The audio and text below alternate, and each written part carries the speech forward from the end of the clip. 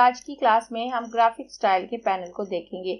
तो ये यहाँ पे ग्राफिक स्टाइल का ऑप्शन मौजूद है। वैसे जब हम अपीयरेंस पैनल पे क्लिक करके उसको ओपन करते हैं तो उसमें ग्राफिक स्टाइल का पैनल मौजूद होता है, और अगर हम ग्राफिक स्टाइल के पैनल को ओपन करते हैं तो उसमें अपीयरेंस का पैनल मौजूद होता है। अगर मैं इस पर क्लिक करूं तो आप देखें ग्राफिक स्टाइल और अपीयरेंस दोनों पैनल एक साथ मौजूद हैं। उसके अलावा अगर आपको ये पैनल यहाँ पे नजर नहीं आ रहा तो आप विंडो मेन्यू में आए और ये यहाँ पे ग्राफिक स्टाइल का ऑप्शन है। इस वक्त ये पैनल ओपन है तो इस पे चेक लगा हुआ है। अगर ये पैनल ओपन नहीं होता तो इस पे चेक नहीं लगा होता और आप इस पे चेक लगाकर इसको ओपन कर सकते हैं। उसके अलावा शिफ्ट F5 इसकी शॉर्टकट की है। अगर आप अपने कीबोर्ड से शिफ्ट और F5 प्रेस कर दें तो भी ये पैनल ओपन हो जाता है।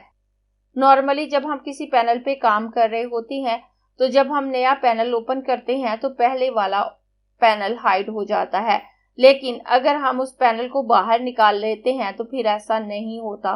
तो मैं यहाँ से ग्राफिक स्टाइल के पैनल को उठाकर बाहर निकाल लूंगी और अपीयरेंस पैनल को भी यहाँ से बाहर निकाल लेती हूँ। इस तरह से ये दोनों पैनल मेरे पास बाहर आ जाते हैं और उसके बाद जब मैं इस पे वर्किंग करूंगी तो ये पैनल हाइड नहीं होंगे और इसको उठाकर इसके साथ ज्वाइन कर लेती हूँ तो ये दोनों पैनल एक साथ मेरे पास आ गए हैं।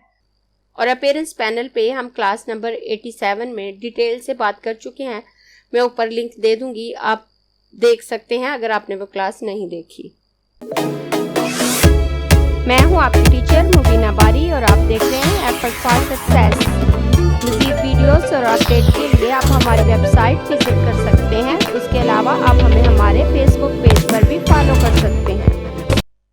ग्राफिक स्टाइल में हम किसी भी स्टाइल को सेव कर सकते हैं। जब हम कोई इफेक्ट लगाते हैं और उसकी सेटिंग करके अपना रिक्वायर्ड रिजल्ट हासिल करते हैं तो हमें उसके लिए काफ़ी मेहनत भी करना पड़ती है, और अगर हम चाहते हैं कि फ्यूचर में हम उसको यूज़ कर लें तो उसके लिए हम उस ग्राफिक स्टाइल को सेव कर सकते हैं ताकि फ्यूचर में यूज़ कर सकें। या फिर हम सिंपल ऑब्जेक्ट को भी इसमें as a graphic style add कर सकते हैं। जैसे अगर मैं यहाँ पर एक रेक्टेंगल लूँ, इसमें कोई कलर फिल कर देती हूँ। अब मैं इसको तीन तरह से ग्राफिक स्टाइल में ऐड कर सकती हूँ। एक तो मैं उसको उठाकर यहाँ पे ड्रैग करूँ तो ये एज ए ग्राफिक स्टाइल यहाँ पे ऐड हो गया। इसको डिलीट कर देती हूँ, एक स्टार ड्रॉ करूंगी, इसके कलर को चेंज कर लेती हूँ। ये यहाँ पे न्यू ग्राफिक स्टाइल का ऑप्शन मौजूद है, मैं इस पे क्लिक करूंगी तो ये ग्राफिक स्टाइल यहाँ पर ऐड हो गया। लेकिन अब ये यहाँ पे इसके फिल और आउटलाइन को तो ग्राफिक स्टाइल में ऐड करेगा, इसकी शेप को नहीं। जैसे आप देखें यहाँ मैंने स्टार शेप ली है लेकिन यहाँ पे ये सिंपली या ऐड हुआ है। उसके बाद मैं यहाँ पर इसके आउटलाइन के कलर को चेंज करके रेड करूंगी और यहाँ से इसकी आउटलाइन की विड्थ को ज्यादा करके 10 पिक्सल करूंगी। इन बार्स पे क्लिक करूंगी तो यहाँ भी सबसे ऊपर न्यू ग्राफिक स्टाइल का ऑप्शन है और इस पे क्लिक करूं तो अब मेरे पास इस तरह से ऑप्शन भी आ जाता है और मैं यहाँ पे इसका नाम रख सकती हूँ। ग्राफिक स्टाइल के ऑप्शन पैनल में जस्ट नाम रखने का ही ऑप्शन मौजूद है, उसके अलावा इसमें कोई सेटिंग नहीं है।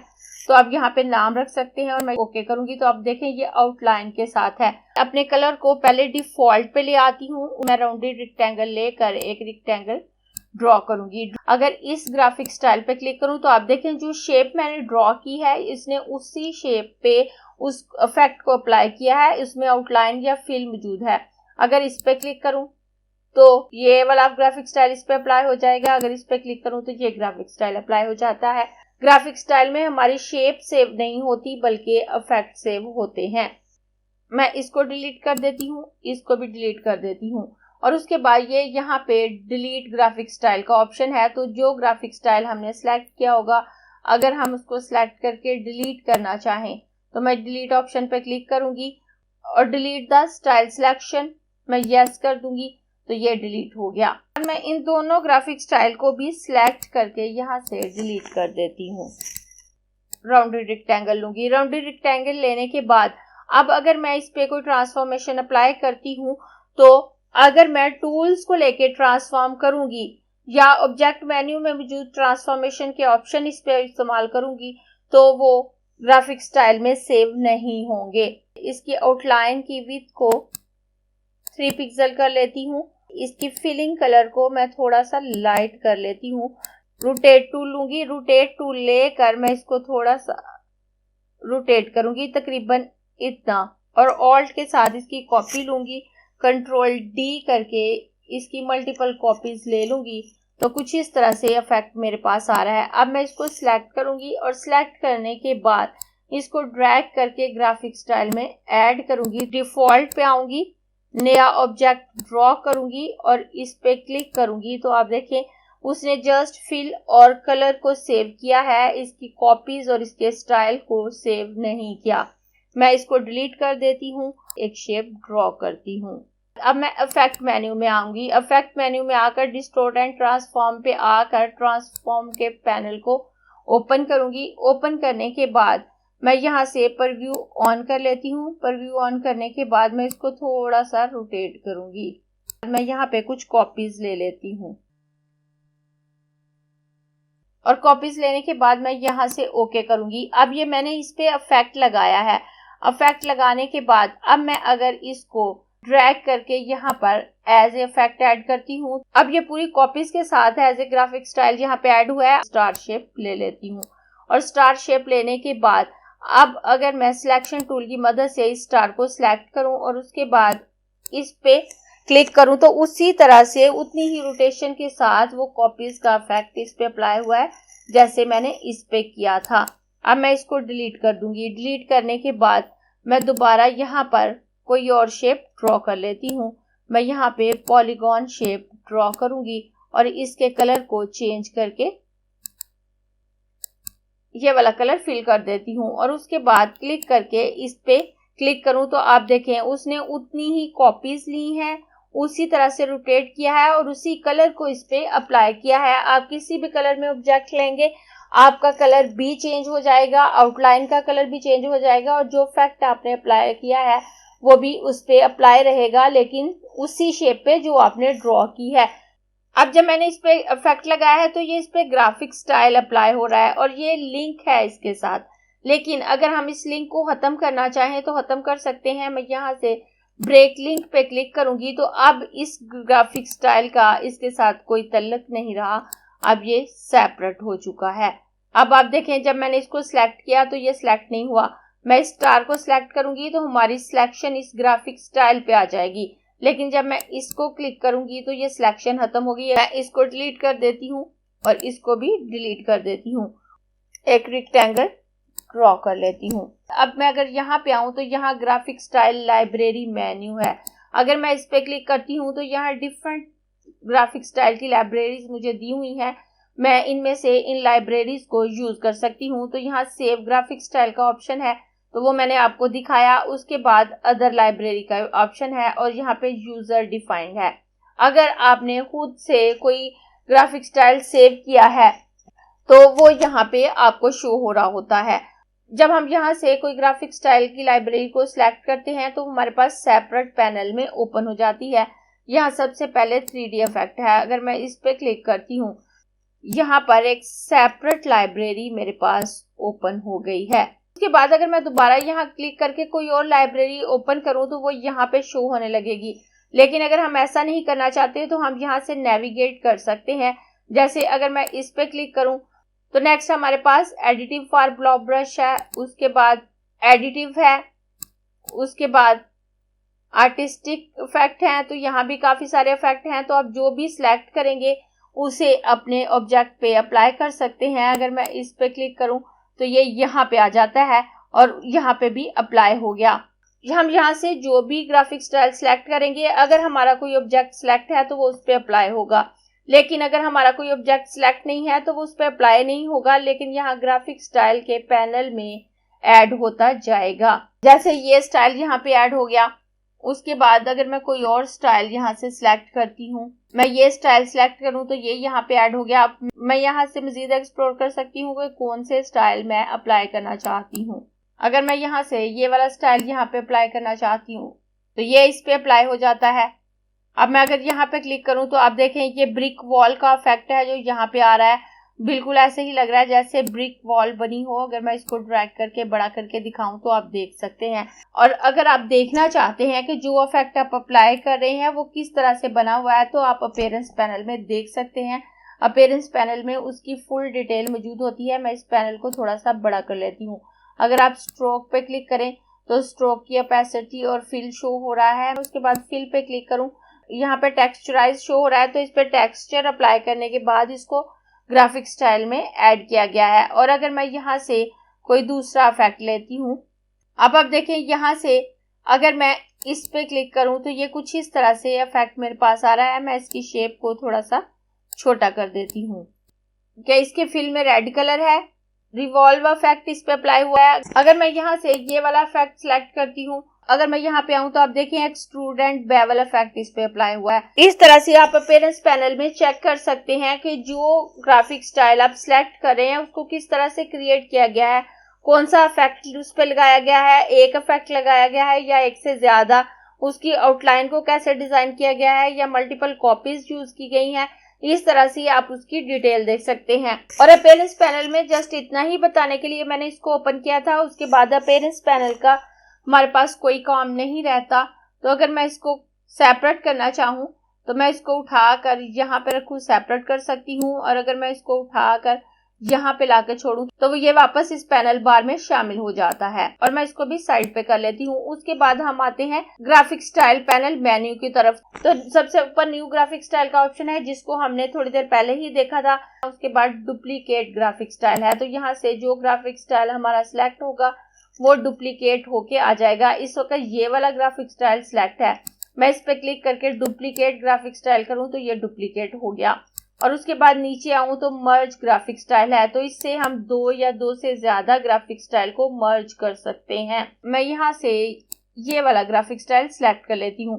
सिलेक्ट करने के बाद अब मैं इसको सिलेक्ट करूंगी, शिफ्ट के साथ इसको सिलेक्ट करूंगी। जो दो ग्राफिक स्टाइल बिल्कुल साथ होंगे आप उनको सिलेक्ट कर सकते हैं। अगर ये वो एक दूसरे से दूर हैं तो उनके दरमियान में जितने ग्राफिक स्टाइल आते हैं वो तमाम सिलेक्ट हो जाते हैं। तो मैं इन दोनों ग्राफिक स्टाइल को सिलेक्ट करूंगी और सिलेक्ट करने के बाद यहाँ पे आकर मर्ज ग्राफिक स्टाइल पे क्लिक करूं तो यहाँ मेरे पास इस तरह का पैनल आता है। मर्ज करने के बाद भी ये दोनों अपनी जगह पे मौजूद रहेंगे और एक नया ग्राफिक स्टाइल मेरे पास आएगा जो कि इन दोनों के मर्ज होने से आएगा, कंबाइन होने से आएगा।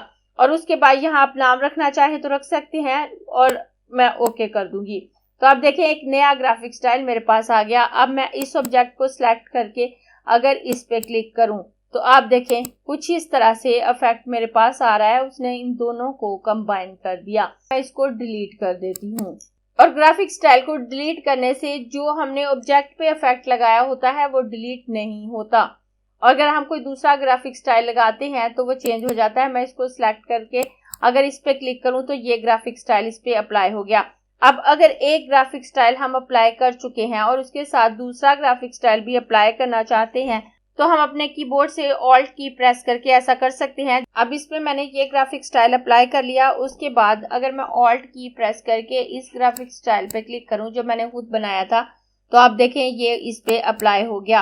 अगर आप इसके साथ किसी 3D इफेक्ट को कंबाइन करेंगे तो वो रेंडर होने में बहुत ज्यादा टाइम लेगा और अगर उसके अलावा कोई इफेक्ट इसके साथ अप्लाई करेंगे तो वो आसानी से हो जाता है। उसके बाद आप देखें यहाँ पे छोटे छोटे थंबनेल शो हो रहे हैं और अगर आपको समझ नहीं आ रहा कि आपका डिजाइन कैसा है तो अगर अप्लाई करने से पहले आप इस पे राइट क्लिक करेंगे तो वो आपको थोड़ा बड़ा व्यू नजर आ जाएगा और आप आसानी से देख सकते हैं कि वो अप्लाई होने के बाद कैसा लगेगा। ये वाला ग्राफिक स्टाइल इस वक्त हमारा सिलेक्ट है क्योंकि हमने इसके बड़ा करके देखा था और इस वक्त हमारा ऑब्जेक्ट सिलेक्ट नहीं है, नहीं तो ये इस पे अप्लाई हो जाता। अगर मैं यहाँ पे क्लिक करूँ तो डिलीट ग्राफिक स्टाइल का ऑप्शन है। अगर मैं इस पे क्लिक करती हूँ और यहाँ से यस कर दूं तो ये ग्राफिक स्टाइल यहाँ से डिलीट हो जाता है। ग्राफिक स्टाइल लाइब्रेरी से डिलीट नहीं होता, ग्राफिक स्टाइल के पैनल से डिलीट होता है। और उसके बाद मैं दोबारा यहाँ पे क्लिक करूँ तो break link to graphic style का ऑप्शन है। तो इसको हम यहाँ पे देख चुके हैं। हम यहाँ से लिंक ब्रेक करें या यहाँ से तो इसका इफेक्ट सेम रहता है। जब हम किसी भी ग्राफिक स्टाइल का लिंक ब्रेक कर देते हैं तो वो जिस सब्जेक्ट पे अप्लाई होता है उसका उससे कोई लिंक नहीं रहता और वो एक नॉर्मल वेक्टर होता है।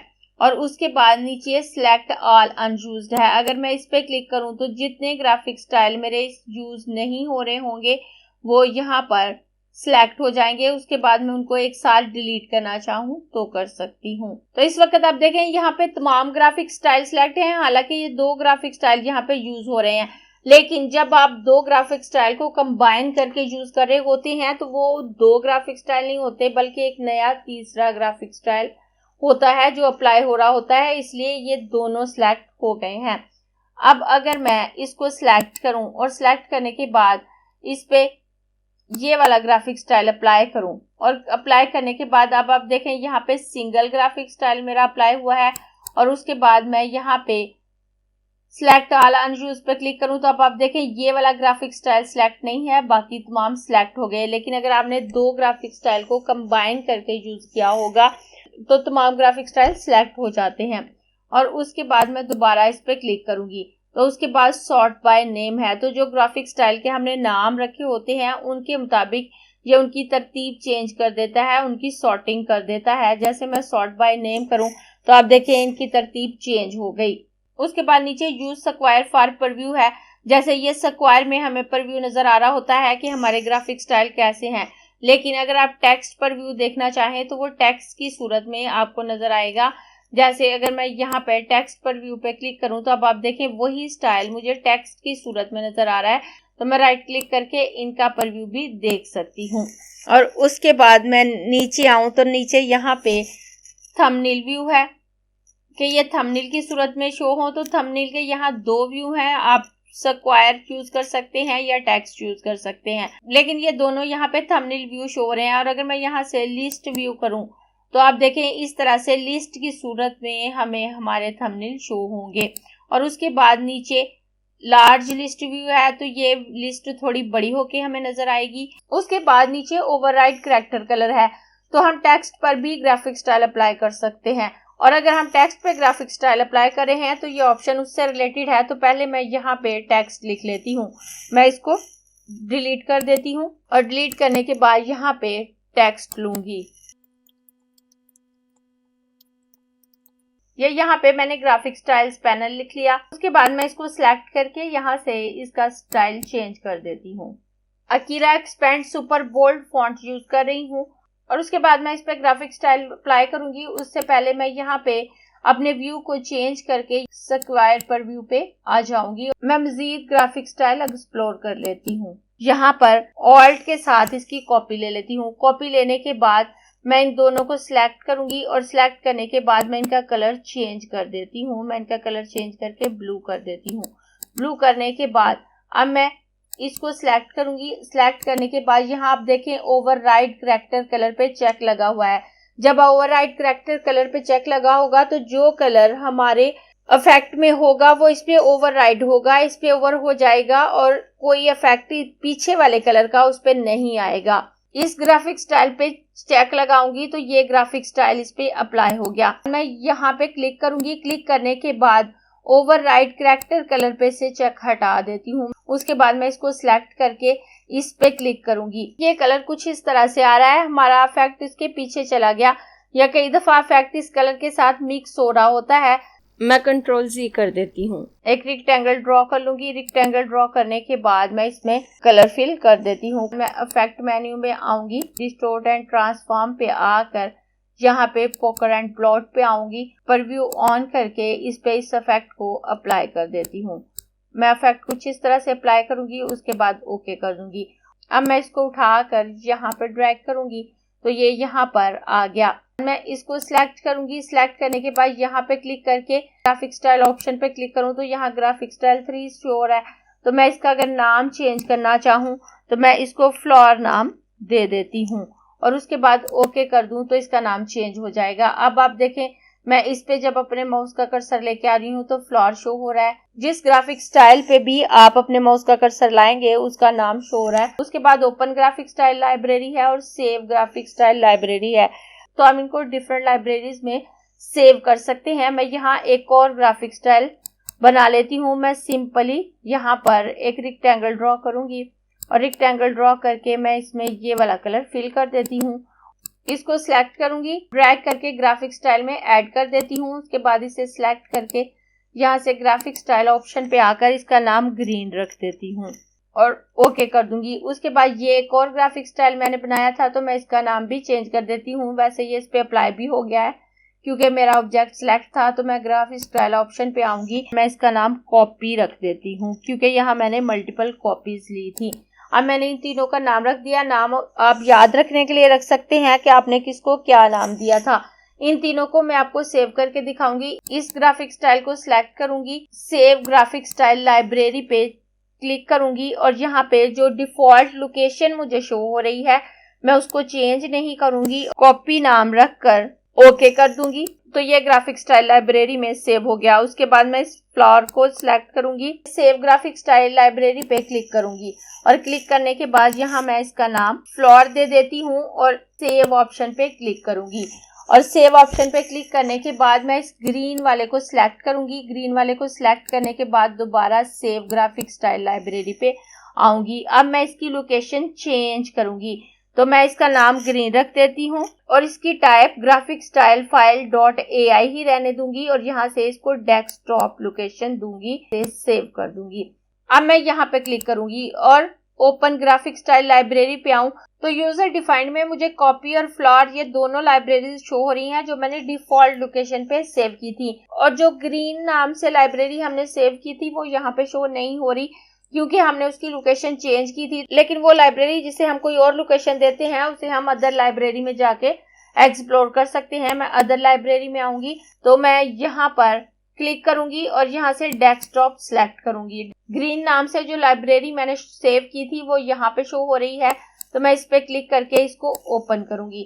तो अब आप देखें ग्रीन नाम से ये लाइब्रेरी मेरे पास आ गई। जब हम कोई एक लाइब्रेरी सेव करते हैं तो ग्राफिक स्टाइल के पैनल में जितने भी स्टाइल मौजूद होते हैं वो हमने खुद बनाए हों या पहले से मौजूद लाइब्रेरीज में से निकाल के रखे हों, वो तमाम के तमाम उस लाइब्रेरी में एक साथ सेव होते हैं। लेकिन अगर आप चाहते हैं कि जस्ट आपके वही स्टाइल सेव हो जो आपने खुद बनाए हैं या जस्ट वन स्टाइल सेव हो जो आपने बनाया है, तो आप यहाँ से एक्स्ट्रा स्टाइल डिलीट कर सकते हैं, एक ही स्टाइल रहने दें और उसके बाद उसको सेव कर लें। या एक से ज्यादा स्टाइल अगर आप करना चाहते हैं तो आप उनको सेव कर सकते हैं। और उसके बाद मैं दोबारा यहाँ पे आकर आपको दिखाऊं तो आप देखें ग्रीन नाम से ये लाइब्रेरी आपको यहाँ पे शो हो रही है। और अगर मैं यूजर डिफाइंड पे आकर कॉपी पे क्लिक करती हूँ तो कॉपी नाम की ये लाइब्रेरी यहाँ पे मेरे पास आ गई। इस तरह से आप इन लाइब्रेरीज को ग्राफिक स्टाइल लाइब्रेरी में सेव कर सकते हैं ताकि फ्यूचर में यूज कर सकें। अगर आप इनको इस तरह से सेव नहीं करते तो जैसे ही आप सॉफ्टवेयर को बंद करके दोबारा ओपन करेंगे ये तमाम स्टाइल यहाँ से गायब हो चुके होंगे। जो ग्राफिक स्टाइल लाइब्रेरीज आपने सेव की हैं अगर आप उनको डिलीट करना चाहें तो क्या कर सकते हैं, आपने जिस लोकेशन पे सेव की हैं आप उनको वहां पे जाकर उसको डिलीट कर सकते हैं। जैसे यहाँ पे ये ग्रीन लाइब्रेरी है, अगर मैं इसको डिलीट करना चाहूँ तो मैं इस पर राइट क्लिक करके डिलीट करके यस कर दूंगी तो ये डिलीट हो गई। लेकिन जो डिफॉल्ट लाइब्रेरी है उसकी लोकेशन तक हम कैसे जाएंगे वो मैं आपको बता देती हूँ। तो मैं यहाँ सर्च बार में रन लिखूंगी, रन ऐप यहाँ पे मुझे शो हो जाएगी। मैं इस पे क्लिक करके इस ऐप के पैनल को यहाँ पे ओपन कर लूंगी और उसके बाद यहाँ पे ऐप डाटा लिखूंगी। ऐप डाटा लिखने के लिए आपने इसमें स्पेस नहीं देनी, आप ऐप लिखेंगे APPDATA और उसके बाद यहाँ से ओके कर देंगे तो आपके पास इस तरह का पैनल आएगा। उसके बाद यहाँ से रूमिंग पे क्लिक करेंगे, क्योंकि इलस्ट्रेटर एडोबी की प्रोडक्ट है तो यहाँ से आप एडोबी सिलेक्ट करेंगे। उसके बाद एडोबी इलस्ट्रेटर 24 सेटिंग पे क्लिक करेंगे। उसके बाद ENUS पे क्लिक करेंगे। उसके बाद 64 और 64 पे आकर ये ग्राफिक स्टाइल आपको मिल जाएंगे। यहाँ पे आप यहाँ पे क्लिक करेंगे तो आप देखिए कॉपी और फ्लावर नाम से दो ग्राफिक स्टाइल यहाँ पे मौजूद हैं। अगर आप यहाँ से इनको डिलीट करना चाहें तो कर सकते हैं। अगर मैं इस पे राइट क्लिक करके डिलीट पे क्लिक करके यस कर दूं तो ये डिलीट हो गई। यहाँ पे राइट क्लिक करके डिलीट कर दूं तो ये डिलीट हो गई। और इस तरह से तमाम ग्राफिक स्टाइल की लाइब्रेरीज जो मैंने सेव की थी वो डिलीट हो गई। और उसके बाद मैं यहाँ पे राइट क्लिक करके दोबारा यहाँ पे आपको दिखाऊं तो यूजर डिफाइंड में कोई लाइब्रेरी हमारे पास मौजूद नहीं है। इस तरह से आप अपनी मर्जी से डिफरेंट इफेक्ट क्रिएट करके उनको ग्राफिक स्टाइल में ऐड कर सकते हैं और उनको लाइब्रेरी में सेव कर सकते हैं ताकि फ्यूचर में आप उनको यूज कर सकें। अगर आपको ये क्लास पसंद आई है तो लाइक कीजिए, अपने दोस्तों के साथ शेयर भी कीजिए ताकि वो भी सीख सके। आप अपने क्वेश्चंस और व्यूज नीचे कमेंट बॉक्स में लिख सकते हैं और अगर आपने चैनल सब्सक्राइब नहीं किया तो प्लीज सब्सक्राइब कीजिए ताकि आपको आने वाली वीडियोस का नोटिफिकेशन फौरन से मिल सके।